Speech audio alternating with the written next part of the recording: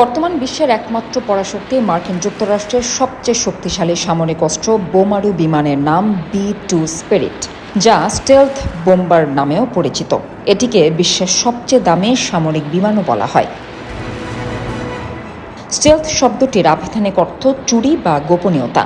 এটি এমন একটি বিমান যাকে বিশ্বের সবচেয়ে উন্নত রাডাররাও শনাক্ত করতে পারে না। ফলে মুহূর্তে রাডারের চোখ ফাঁকি দিয়ে শত্রু দেশে ঢুকে কার্পেট বেছানোর মতো করে বোমা বর্ষণ করতে সক্ষম B-2 স্পিরিট। 1997 সালের শুরু থেকে B-2 স্পিরিট বোমারু বিমান ব্যবহার করে আসছে মার্কিন যুক্তরাষ্ট্র। এটি এমন একটি বিমান যা প্রচলিত এবং পরমাণু উভয় প্রকার বোমা বহন এবং বর্ষণ করতে পারে, অর্থাৎ এটি 18 থেকে 23 টনের বিভিন্ন ধরনের বোমা বহন করতে পারে। এমনকি একসাথে ভয়ঙ্কর 16টি B-83 পরমাণু অস্ত্র বহন করতে পারে, যার এক একটির ওজন 1100 কেজি। অত্যন্ত বিমান সুরক্ষিত স্থানে MK-82 এবং B-83 নিউক্লিয়ার বোমা একবার ফেলতে পারে। মূলত B-2 স্পিরিটে স্টেলথ সক্ষমতার জন্য ডানার পরিবর্তে পেটের ভেতর তার অস্ত্রশস্ত্র লুকিয়ে রাখে। ফলে এটি একসাথে 80টি MK-82 JDAM GPS নিয়ন্ত্রিত বোমা নিয়ে উঠতেও পারে, যার এক একটির ওজন 230 কেজি। B-2 স্পিরিটই একমাত্র বিমান যা দূরাকাশ থেকে স্টেলথ অবস্থানে থেকেও ভূমিতে নির্দিষ্ট লক্ষ্যমাত্রায় বোমা ছুড়তে পারে। এছাড়াও GBU-38 নামক মোট 80টি বোমা বহন করতে পারে এবং ভিন্ন কনফিগারেশনের 36টি CBU ক্লাসের বোমা বহন করতে পারে, যার এক একটির ওজন প্রায় 335 কেজি। এগুলোই মূলত এর প্রধান অস্ত্র। কখনো কখনো শত্রু সুরক্ষিত বাংকার মাটির বেশ গভীরে থাকে, যা 1100 কেজি ওজনের বোমা ফেলেও ধ্বংস করা সম্ভব হয় না। এজন্য B-2 spirit massive ordinance penetrator MOP নামের মোট 2টি GBU-57 নামক বিশেষ বোমা বহন করে, যার একটির ওজন প্রায় 14,000 কেজি। বাংকার ব্লাস্টার শ্রেণীর এই বোমাতে 2,400 কেজি ওজনের বিস্ফোরক ব্যবহার করা হয়, যা মাটির 200 ফুট নিচে থাকা কংক্রিটের বাংকারকে সম্পূর্ণ গুড়িয়ে দিতে পারে।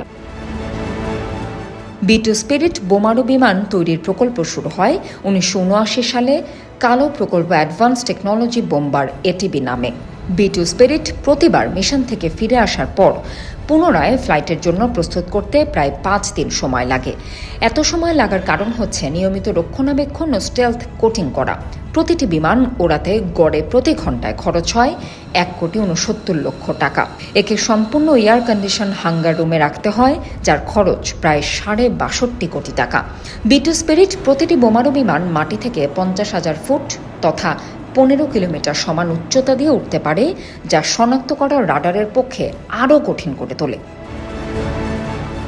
B-2 স্পিরিট তার দুটি অভ্যন্তরীণ ফুয়েল ট্যাঙ্কে প্রায় 76,000 লিটার জ্বালানি নিয়ে সর্বোচ্চ ঘন্টায় 1010 কিলোমিটার গতিতে একটানা 11,000 কিলোমিটার দূরে গিয়ে অপারেশন চালাতেও সক্ষম।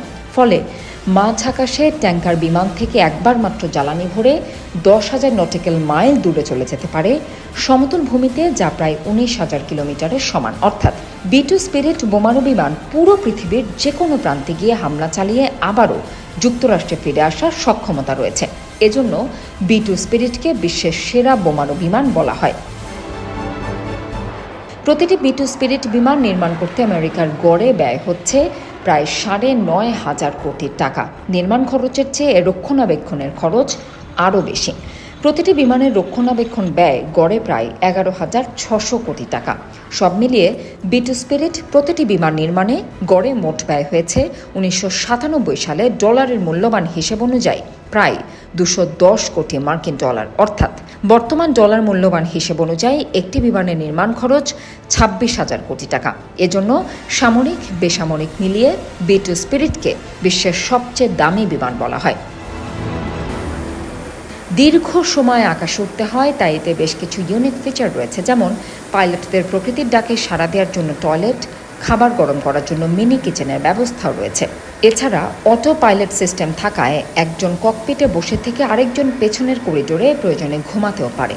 তবে মাঝ আকাশে জ্বালানি নেবার সময় দুজনকেই ককপিটে থাকতে হয়। B-2 স্পিরিট বিমানের মোট আরোহীর সংখ্যা 2 জন।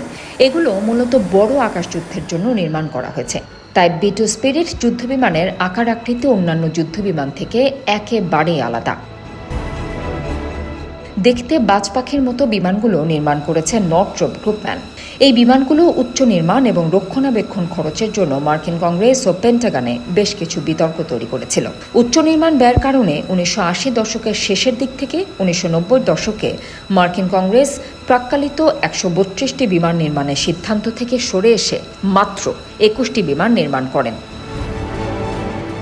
1987 সাল থেকে 2000 সালের মধ্যে এগুলো নির্মাণ করা হয়, তবে 2008 সালে উড্ডয়নের মুহূর্তে ক্র্যাশ করে একটি বিমান ধ্বংস হয়ে যায়। বর্তমানে যুক্তরাষ্ট্রের বিমান বাহিনী এরকম মোট 20টি B-2 স্পিরিট যুদ্ধবিমান পরিচালনা করছেন।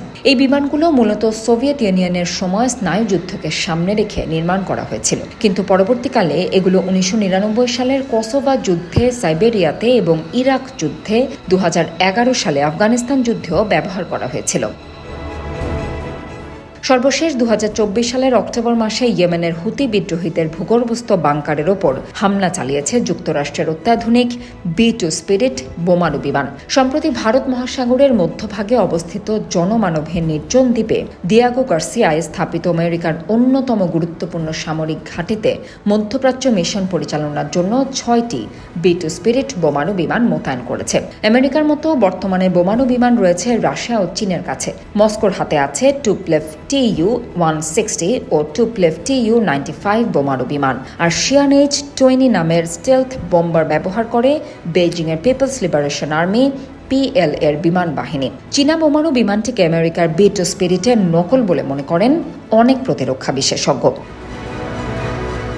প্রতিরক্ষা বিশেষজ্ঞদের দাবি, রাশিয়ার আকাশ প্রতিরক্ষা ব্যবস্থা এয়ার ডিফেন্স সিস্টেমের কথা মাথায় রেখে B-2 স্পিরিটকে তৈরি করা হয়েছে। ফলে যে সমস্ত দেশের হাতে যুদ্ধ বিমানকে গুলি করে নামানোর সামরিক অস্ত্র রয়েছে, সেখানে গিয়েও বোমা বর্ষণ করতে পারবে আমেরিকার এই স্টেলথ বম্বার। একাধিক সূত্রের তথ্য মতে আগামী 2032 সাল পর্যন্ত এই বিমানগুলোকে ব্যবহার করার পরিকল্পনা রয়েছে ওয়াশিংটনের। তারপর নর্থ্রপ গ্রুপম্যানের তৈরি B-21 রাইডার বোমারু বিমান এগুলোর স্থলাভিষিক্ত হবে।